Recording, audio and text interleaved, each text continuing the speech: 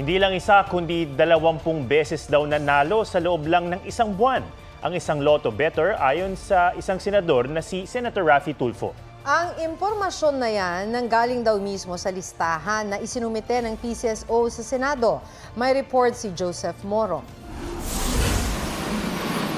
Sobrang swerte na nga kung manalo ka ng isang beses sa loto, pero ang isang mananaya not once, not twice, kundi 20 beses umanong nanalo sa loob lamang ng isang buwan. Pagsiwalat ni Senate Committee on Games and Amusement Chair Raffy Tulfo sa Super Radyo DZBB mula sa mismong listang isinumite ng PCSO ang impormasyon. Medyo nakakataas ng kilay. Isang tao nanalo ng 20 times in 1 month. Meron doon 10 times in 1 month. Baka magkapangalan pero still pareho-pareho yung premyo ang pinanalunan. Sa hiwalay na panayam, sinabi ni PCSO General Manager Mel Robles na wala siyang alam dito. Pero pwede naman daw itong paimbestigahan. I'll look into that kung meron kong gano'n. Kasi hindi naman ho kami tumitingin na yan after namin maibigay. Kine-question din ni Tulfo ang walang mintis na panalo tuwing nagbobola, kumpara nung wala pang iloto na inaabot ang ilang buwan bago may maka-jackpot. Every draw, may tumatama na, especially nitong dumating na itong tinatawag na iloto. Diba, usually, inaabot na mga 3, 4, 5 draws sa bawat game bago tamaan. Ngayon daw, tuwing draw, may tumatama. Sa datos ng PCSO na sinuri ng GMA Integrated News Research, umaabot na sa 29 ang nananalo ng jackpot mula sa 5 lotto games mula nang ilunsad ang iloto noong Disyembre.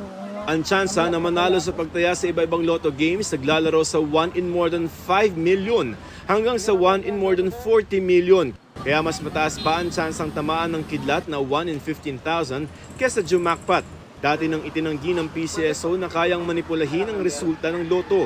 Sa Lunes, nakatakdang ituloy ng Senado ang investigasyon sa e-lotto system. Joseph Morong, nagbabalita para sa GMA Integrated News. Hindi muna aarestuhin ng Senado si Pastor Apollo Kibuloy kasunod ng pagpapakontempt sa kanya ng komite ni Senator Risa Ontiveros. Naglabas ng show cause order ang Senado kay Kibuloy para magpaliwanag kung bakit di siya dapat dakipin. May report si Mav Gonzalez. Sa inilabas na show cause order ni Senador Risa Ontiveros, binigyan si Pastor Apollo Kibuloy ng 2 araw para magpaliwanag kung bakit hindi siya dapat arestuhin. Hiniling ni Senate President Mig Zubiri ang show cause order dahil sa naging ruling ng Supreme Court sa contempt order noon ng Senado sa mga opisyal ng Pharmally. Under the ruling of the Supreme Court, we must exhaust all legal avenues, in other words, due process. Pag nag-show cause order si Ma'am Risa at hindi pa rin satisfactory yung explanation, sagot, tayo talaga pumunta dito, then it is ministerial on the part of the Senate to release the issue or the... Pero hindi lang sa Senado. Maging sa Kamara, may contempt order na rin si Kibuloy. The chair in objection the motion of the Honorable Paduano to ask the Sergeant of Arms directing the Sergeant of Arms to bring Pastor Kibuloy to the House premises is hereby approved. Dahil din yan sa hindi pagdalo sa mga pagdinig ng House Committee on Legislative Franchises sa prangkisa ng Sunshine Media Network International o SMNI. 3 ulit nang inimbitahan ng komite si Kibuloy na honorary chairman ng broadcast network. May I make a final appeal, Mr. Chair, to defer the implementation of the contempt order until after I have advised my client in just a few days.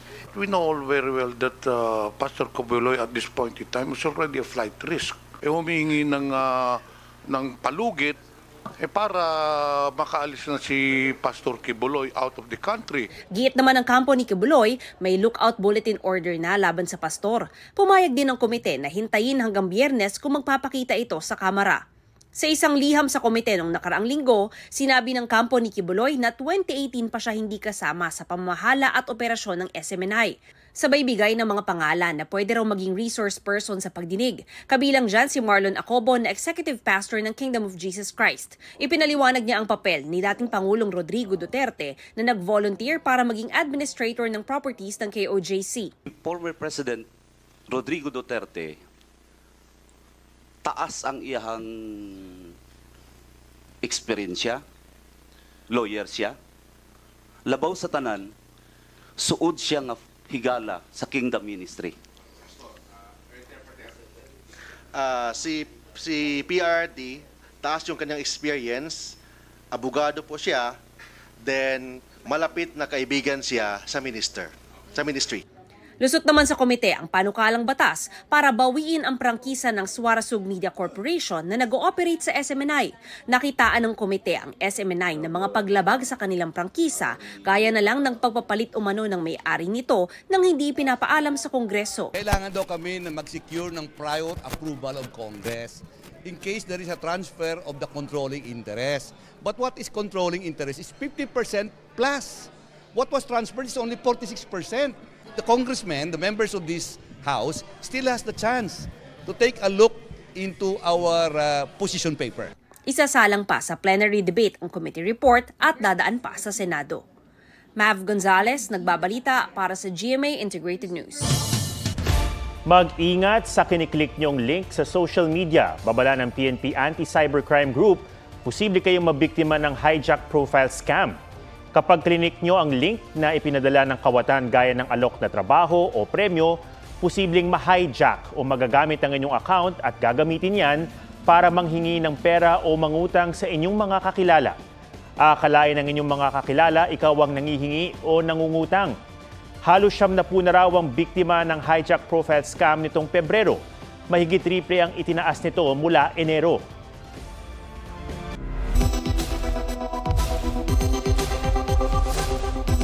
May tips ang PNP Anti-Cybercrime Group para hindi mabiktima ng hijack profile scam. Huwag basta-basta i-click ang mga natatanggap na link o mag-download ng mga attachment, lalo na kung galing sa hindi kakilala. Gumamit ng malakas at kakaibang password para hindi madaling ma-hack ang inyong account. Gumamit din ng multi-factor authentication sa lahat ng inyong online account.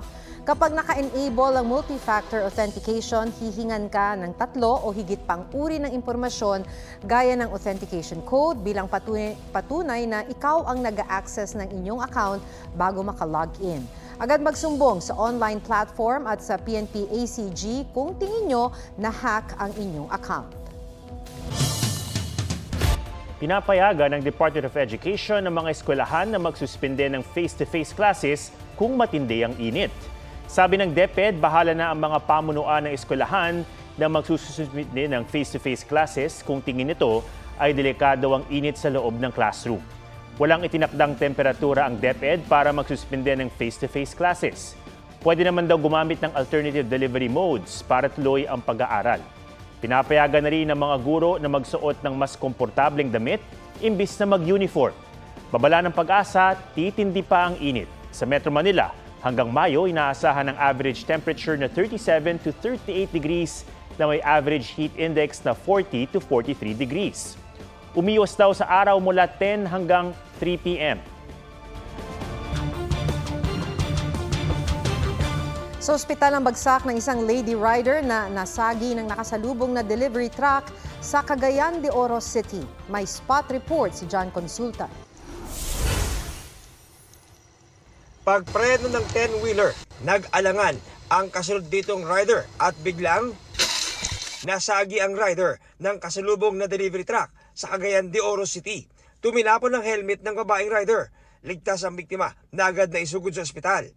Ayon sa mga pulis, nagtangkang tumakas ang delivery truck driver pero natuntun din. Sasagutin ng driver at ang kanyang kumpanya ang pagpapagamot sa biktima. Patawid na ang lalaking yan sa pedestrian lane nang masalpok ng motorsiklo sa Talisay City, Cebu. Tumilapon ang biktima at tumumba sa kalsada ang rider ng motor at angkas nito. Isinugod sila sa ospital at nasa maayos ng kalagayan. Sinakop ng itim na kotse ang kabilang lane at nasalpok ang kasulubong ng motorsiklo sa Talisay, Batangas. Tumilapon sa gilid ng kalsada ang rider.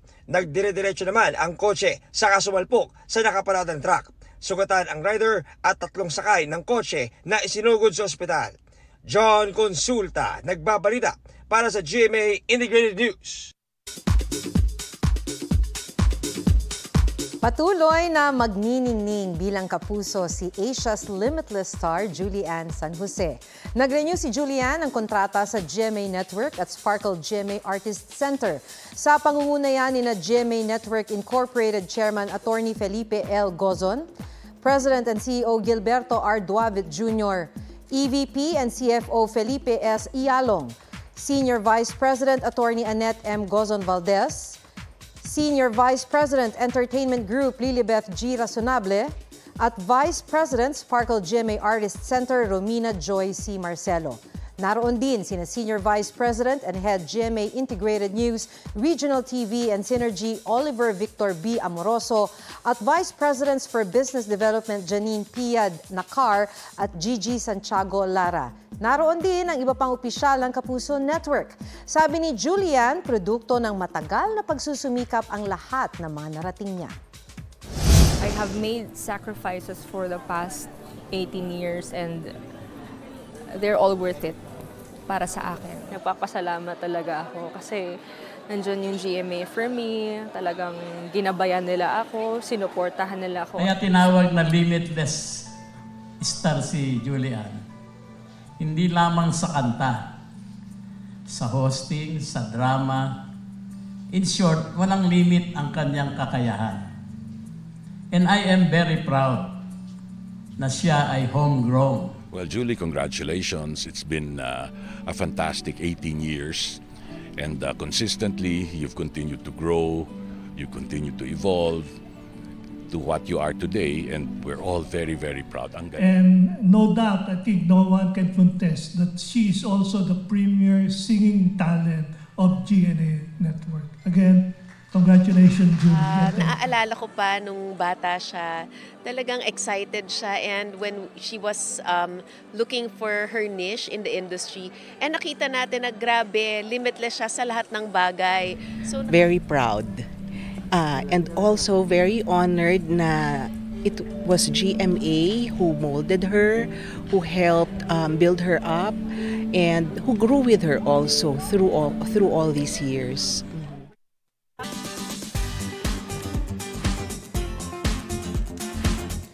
Isang Pinoy ang gumagawa ng pangalan sa isang international drag competition. Bonus pa riyan ang touching na mensahe ng host sa kanya. Pusuan natin yan sa report ni Oscar Oida. From Manila to the world, inaangkin ni Marina Summers ang bawat entabladong kanyang tinatapakan. Patunay dyan ang pambihirang stamp of approval ng world's famous drag queen at host ng UK drag show na si RuPaul. You were born to do drag.